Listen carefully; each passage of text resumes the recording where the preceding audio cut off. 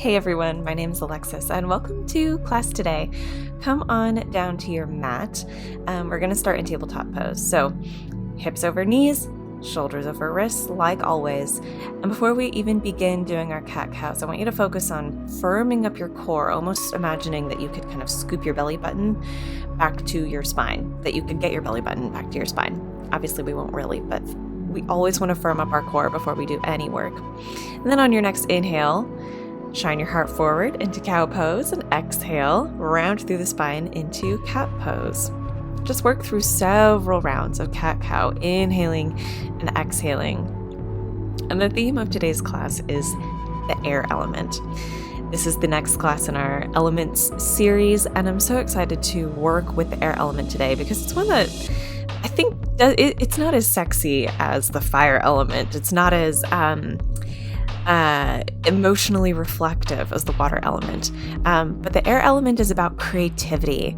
It's about inspiration. It's about our breath, of course, which is so important to us in yoga and in life. Go ahead and take a few more cat-cows here. We're going to be moving through a lot of heart openers, and I just want you to focus on the breath through this entire practice. Now, I'm backing up on my mat a little bit. You can take your last cat-cow, back up on the mat a little bit, firm up your core, make sure your hips are over your knees, and then I want you to take a big step forward with your right hand, big step forward with your left hand, and lower your chest to the mat for puppy pose. Puppy pose is a tricky pose because we're getting really deep into the shoulders and the collarbones. We're opening up the sternum, the area around the sternum. Of course, the air element is also associated with the heart chakra and with our lungs and our rib cage and our breath. So we're going to be doing a lot of heart openers today. So puppy pose is a great pose for that. You can have your arms active, so really pressing into your hands, lifting your elbows off the mat. You can relax your elbows down onto the mat for kind of a more passive puppy pose, or you can bend at the elbows and bring your hands to prayer behind your head to really get deep and kind of expand the stretch into your underarms as well. Wherever you are, take several deep breaths here. Because this is the air element class, I want you to be really aware of your breath in each pose. In each pose, ask yourself, how does my breath feel? Can I breathe? Is my breath deep? Am I able to breathe deep? Or is my breath shallow and can I not take deep breaths? Use that information that you glean from taking note of how your breath feels to sort of guide you through this practice.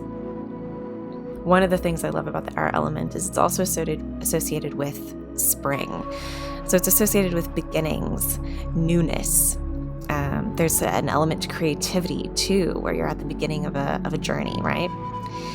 Come on up into tabletop pose and bring the right foot between the hands. We're going to come into a low lunge. So make sure your right knee is directly over your right ankle. Inhale the arms up overhead and then bring them to a 90-degree angle right in front of you. We're just going to cross the left arm underneath the right for your eagle arms.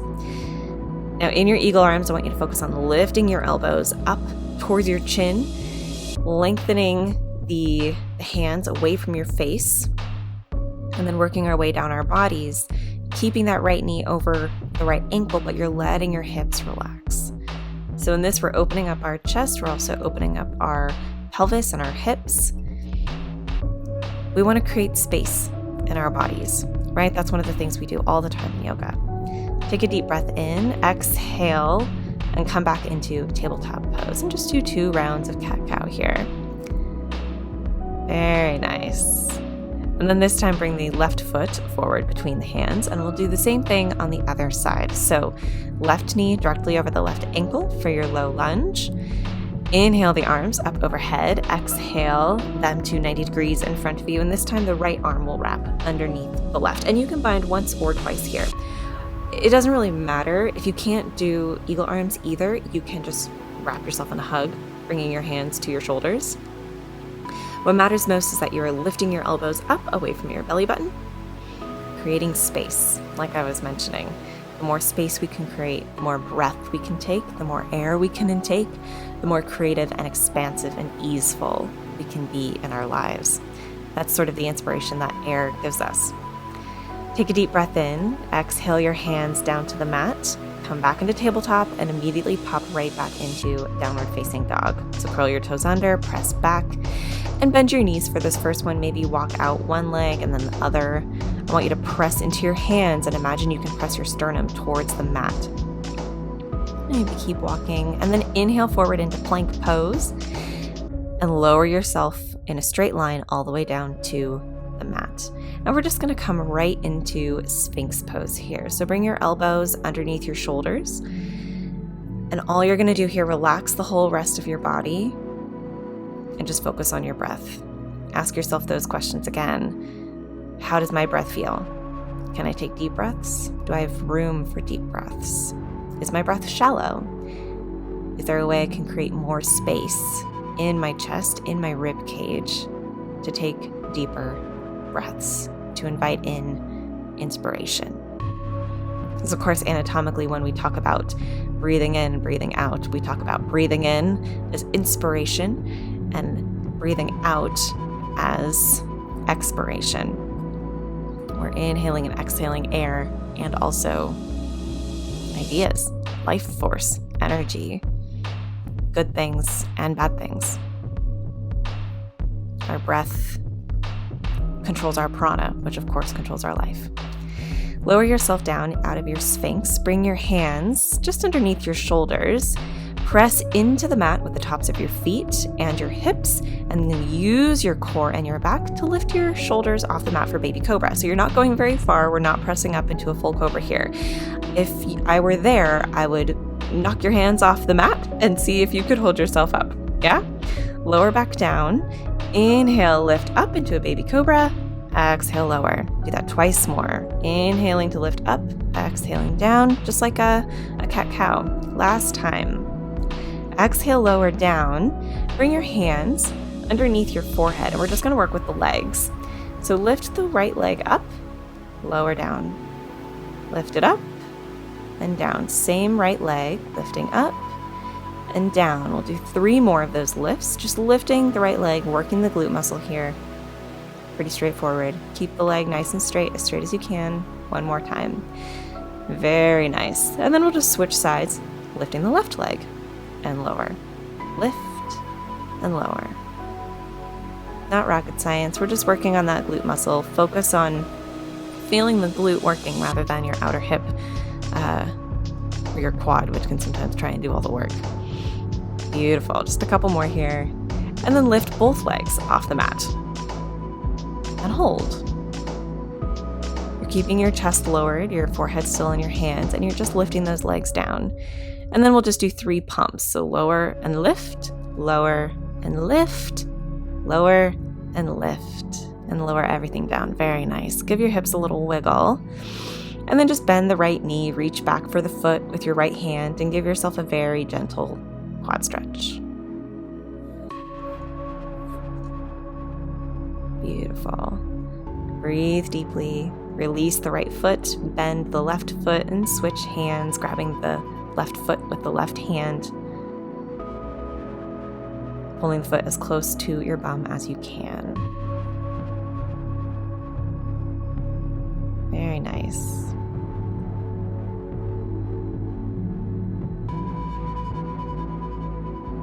Go ahead and release your feet back down to the mat. Bring your hands by your sides, palms facing down. And on your next inhale, we're going to lift everything off the mat. Chest, legs, arm coming into your locust posture.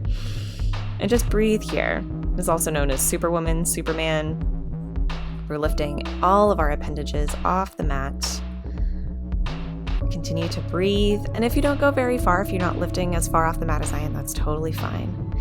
Exhale, lower down, bend both knees, and if you can, grab your ankles, press your ankles into your hands, and lift up into your bow posture. If this isn't accessible for you today, that's fine. Just lift back up into your locust again. But if you can't come into bow pose, try and join me. It's a very fun pose. It's a great hip opener. You're really kicking your feet up to the ceiling, and that's what's pulling your arms back and opening up your chest.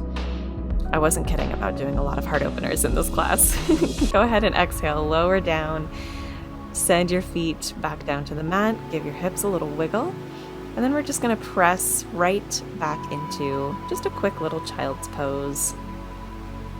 Take a few deep breaths here. I know that's a lot of core and ab work, so allow your spine to rest the opposite direction in this child's pose and take 3 breaths.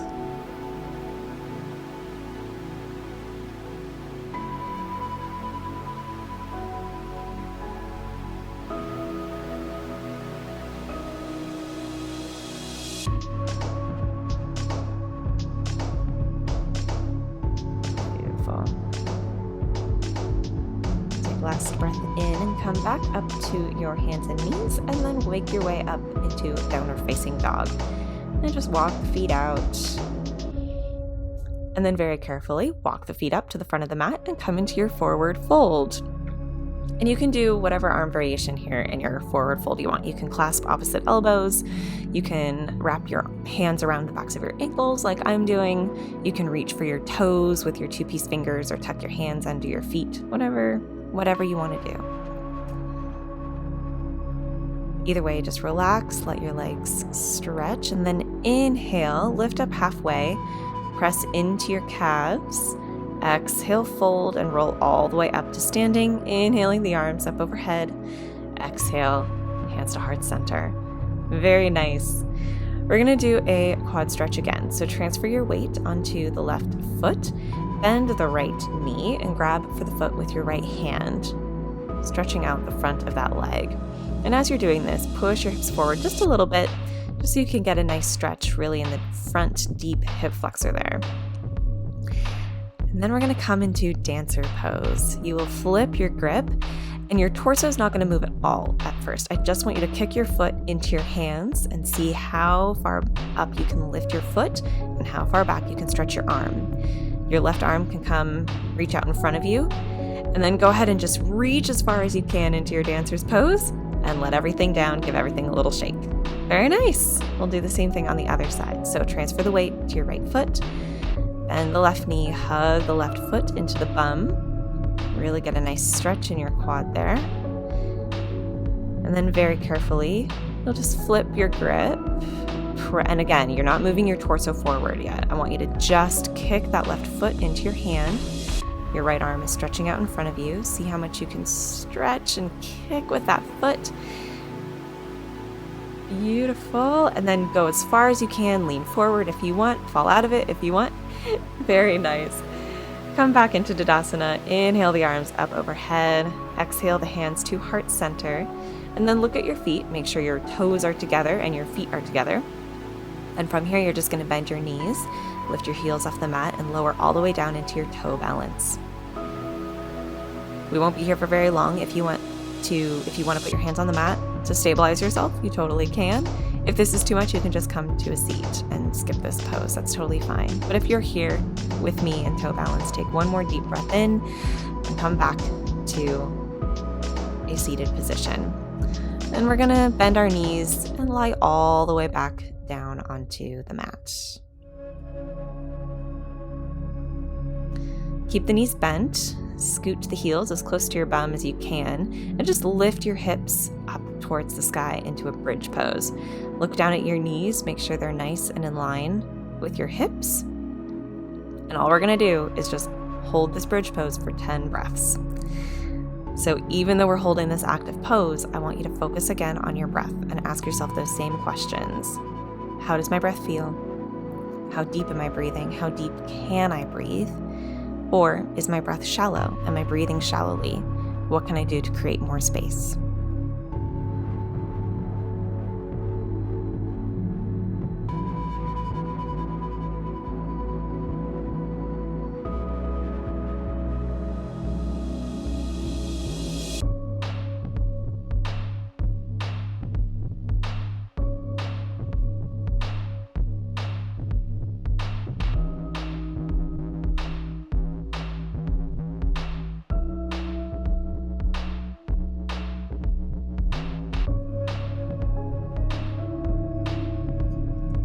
And then from here, lower back down, hug your knees into your chest. And if you would like to, you can follow me into plow pose. And if you've never done plow pose, that's okay. Just come back up into your bridge and hold your bridge pose. If you have done plow before though, lift your hips up towards your face and let your feet fall past your face. And if you want to kind of play like I am between plow pose and shoulder stand, you're welcome to do so, or you can just come into plow pose or shoulder stand and stay in either one. Wherever you are, don't turn your head. Keep looking straight up, tucking your chin into your chest. Focus on your breath. If you're in plow or shoulder stand, lower your knees, lower your bum, lower your legs down to the mat. And then lower your hips down if you were in bridge. Beautiful. And then just windshield wipe with the legs, side to side, back and forth. So release in your low back.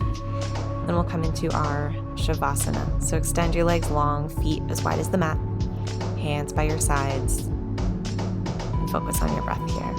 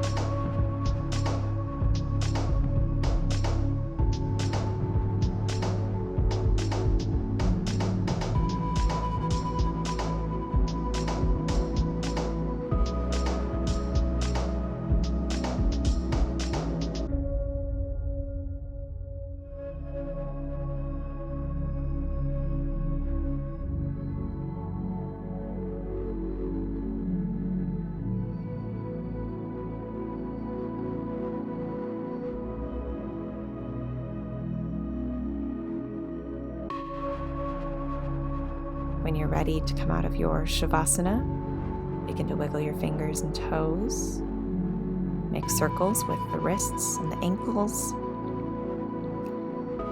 And then very carefully stretch your arms up overhead, bring your feet together for a full body stretch, and come up to a seated position however you want to, whether that's rolling like a ball up to a seat or coming through fetal pose, yogi's choice. When you get to your seat, cross your legs in front of you, close your eyes, and we'll finish with a short meditation. Because this class is focused around the air element, we're just going to focus on our breath. A if you would like, for this meditation, you can bring your hands to one hand to your heart, one hand to your belly, or you can keep your hands resting on your thighs or your knees. Regardless, for the next couple moments, I want you to practice a breath pattern that has a couple names. I call it square breath. This is a very common breath practice. It does include a little bit of breath retention. So if that's, if you have anxiety, if you're pregnant, if you have heart conditions, don't do the breath retention. Just focus on breathing in and out, nice and slow, making your breaths as long as you can. If you don't have any of those issues, follow my lead for the breath. You'll breathe in for 4 counts. 4, 3, 2, 1. Hold the breath. 4, 3, 2, 1. Exhale the breath. 4, 3, 2, 1. Hold the breath out. 4, 3, 2, 1. And we'll repeat that. Breathe in. 1, 2, 3, 4. Hold. 1, 2, 3, 4. Breathe out. 2, 3, 4. Hold. Out. 2, 3, 4. For the meditation, you'll just repeat this breath work. And if you get lightheaded, if you get dizzy, just come back to a normal breath pattern. Just breathe in as deeply as you can, exhale as long as you can, and I will cue you to come out of it in just a few moments.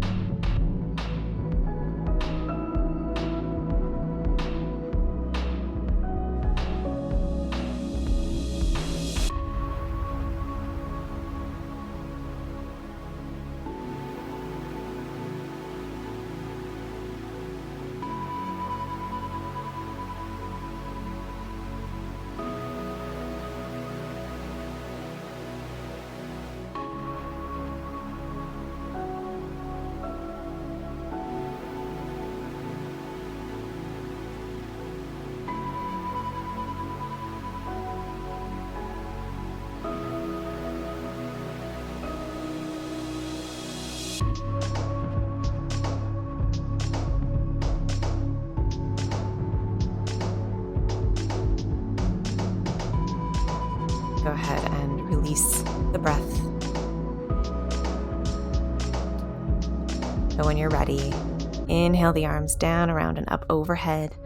Exhale the hands to heart center. And when you're ready, you can blink open the eyes. Thank you so much for practicing with me today. I hope you had a lovely time in this class.